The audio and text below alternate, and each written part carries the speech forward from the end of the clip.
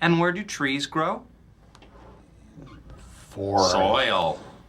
Right. We have in front of you here 7 different types of Pennsylvania topsoil. Now, what would you say is the most important element in the production of above-ground leafy growth? Probably phosphorus, right?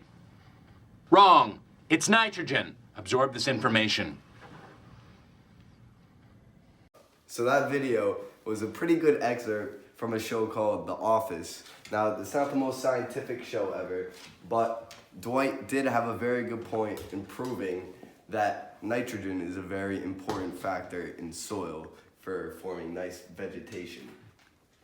So here's a little chart right here that I made up real quick. Now, this is the nitrogen cycle. So the nitrogen cycle, well, we can run through it real quick. So first you have nitrogen fixation. Now, nitrogen fixation is the conversion of N2 gas into a nitrate molecule.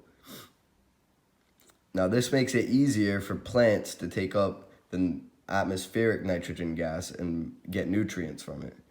Now, the second step in this cycle is nitrogen assimilation.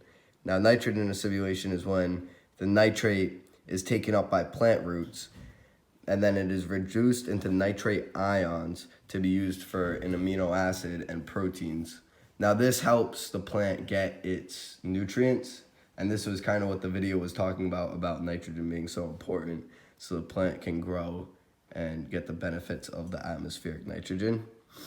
And then after that is something called ammonification. Now, this is when the plant dies. They've already used all the nutrients they could from that nitrogen. So when they die, they release the nitrogen that they had inside of their roots as organic nitrogen into the soil. Now, this needs to be converted by bacteria to ammonium.